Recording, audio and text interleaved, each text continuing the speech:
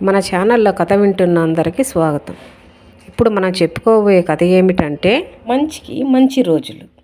ఆనందపురం అనే గ్రామంలో విజయుడు అనే యువకుడు తన తల్లితో పాటు జీవించేవాడు. పాపం అతను చాలా పేదవాడు, కానీ చాలా మంచివాడు. ఎవరైనా కష్టంలో ఉంటే తనకు చేతనైన సాయం చేసేవాడు. తన గ్రామానికి చాలా దూరంగా ఉన్న రాజధానికి వెళ్ళి కష్టపడి పనిచేసి కొంత ధనమును సంపాదించి దానితో తల్లిని సుఖ సంతోషాలతో ఉంచాలని అనుకున్నాడు. రాజధానికి వెళ్ళడానికి తన తల్లిని ఒప్పించి బయలుదేరాడు. అతని తల్లి మార్గమధ్యంలో తినడానికి అతని కోసం రొట్టెలు చేసి విజయుడికి ఎన్నో జాగ్రత్తలు చెప్పి క్షేమంగా వెళ్ళి లాభంగా రమ్మని దీవించి పంపింది. మార్గమధ్యంలో అతనికి ఒక అడవి తగిలింది. ఆ అడవిలో ఒక చెట్టు కింద కూర్చుని రొట్టెలు తిందామనుకున్నాడు. ఇంతలో అక్కడకు ఒక ముసలివాడు వచ్చాడు. ఆకలి వేస్తున్నది, ఏదైనా ఆహారం ఉంటే పెట్టు బాబు అని విజయుడిని అడిగాడు ఆ ముసలి వ్యక్తి. విజయుడికి అతని చూసి జాలి అనిపించింది.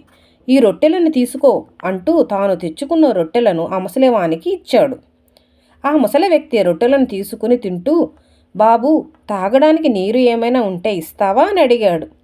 అప్పుడు విజయుడు తన వద్దనున్న మంచినీటి ముంతను అతనికి ఇచ్చాడు. ముసలి వ్యక్తి ముంతలోని నీరును పూర్తిగా తాగి, ఇంకా కాస్త మంచినీరు కావాలి అని అడిగాడు. విజయుడు ముంతను తీసుకుని మంచినీటి కోసం బయలుదేరాడు. అతను ఆ అడవిలో వెతకగా ఒక నీటి సరస్సు కనిపించింది. విజయుడు తన వద్దనున్న ముంతలో నీరు పట్టుకుని ముసలి వ్యక్తి దగ్గరకు బయలుదేరాడు. దారిలో హఠాత్తుగా అతనికి ఎదురుగా ఒక రాక్షసుడు ప్రత్యక్షమయ్యాడు. లావుగా, ఎత్తుగా, భయంకరమైన ఆకారంలో ఉన్న ఆ రాక్షసుడిని చూసి విజయుడికి ప్రాణాలు పైనే పోయాయి. అయినా గాంభీర్యం ప్రదర్శిస్తూ దారి వదులు అని అన్నాడు. దానికి ఆ రాక్షసుడు నవ్వుతూ, నాకు బాగా ఆకలిగా ఉంది, నిన్ను మింగి నా ఆకలి తీర్చుకుంటా అని అన్నాడు.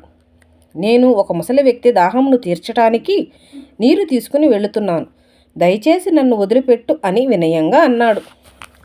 రాక్షసుడు హుంకరిస్తూ, చిక్కిన ఆహారాన్ని వదులుకోమంటావా, నేనేమన్నా వెర్రి వెంగళప్ప అనుకున్నావా అన్నాడు.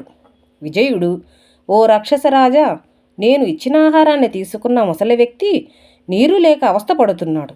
అందుకని ఈ నీరుని ఆయనకి ఇచ్చి మరలా వస్తాను, అప్పుడు నీ ఆకలి తీర్చుకో అంటూ రాక్షసుడిని అనేక రకాలుగా బతుములాడి ఒప్పించి ముసలి వ్యక్తి దగ్గరకు వచ్చి ఆయనకు నీరు అందించాడు. ఆ ముసలి వ్యక్తి ఆ నీరు త్రాగి విజయుడి మంచితనాన్ని తెగమెచ్చుకున్నాడు.